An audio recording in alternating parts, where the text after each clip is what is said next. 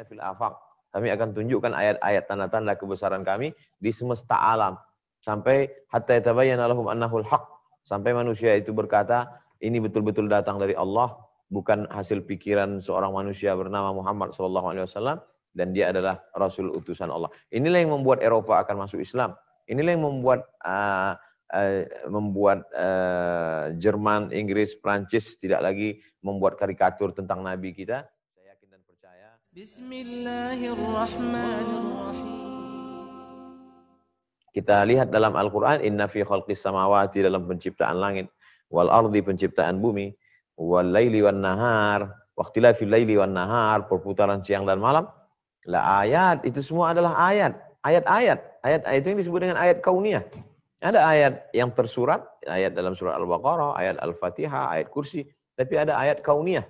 Oleh sebab itu, maka kalau kita lihat dalam integrasi kurikulum, anak sains teknologi membaca Al-Quran, membaca hadis, tapi yang terkait punya hubungan dengan ilmu mereka. Begitu juga dengan yang fakultas psikologi, bagaimana ayat-ayat, hadis-hadis, kitab-kitab yang terkait dengan psikologi. Jadi sehingga nanti ketika mereka berkumpul dari teknologi, dari ekonomi, dari sains, dari peternakan, dari pertanian, maka dia menjadi sebuah Islam ini seperti batu permata yang punya banyak sisi-sisi, dan disitulah fikih.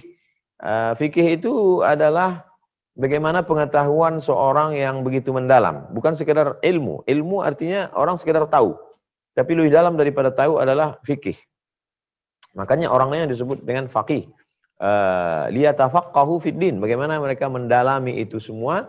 Lalu kemudian sekarang ada yang disebut dengan ijtihad kolektif. Jadi tidak lagi seorang ulama mengeluarkan ijtihad, tidak, tapi berkumpul.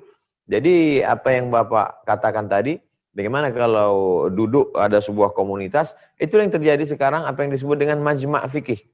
Majma' fikih adalah sekelompok ulama kolektif dari berbagai macam disiplin ilmu. Jadi di sana ada saintis, di sana ada medis, di sana ada pakar ekonomi, di sana ada politikus, pakar politik, dan kemudian di sana ada ahli ilmu agama. Mereka duduk bersama, maka muncullah ijtihad baru. Kalau di Azhar namanya Majma' Buhus, lembaga riset. Kalau di beberapa tempat lagi disebut dengan Akademi Fikih. Jadi apa yang Bapak katakan tadi, bagaimana kalau sekelompok orang ini berkumpul, maka sesungguhnya itu adalah ide-ide yang baik. Orang akan bertarung di kekuatan dalil, argumentatif. Argumentasinya apa? Jadi kalau itu diflorkan di kalangan intelektual, maka mereka akan lebih maju dalam berpikir. Ada tantangan-tantangan baru, sehingga tidak lagi hanya sibuk masalah darah haid, darah bisul, darah nyamuk, darah wiladah, darah jerawat. Terlalu habis waktu kita untuk masa lalu, tentang masalah jenggot, tentang masalah kaki celana. Sementara banyak ijtihad kontemporer, kekinian, yang perlu dijawab oleh umat Islam karena perkembangan ilmu pengetahuan dan teknologi. Saya kira demikian. Wallahu a'lam.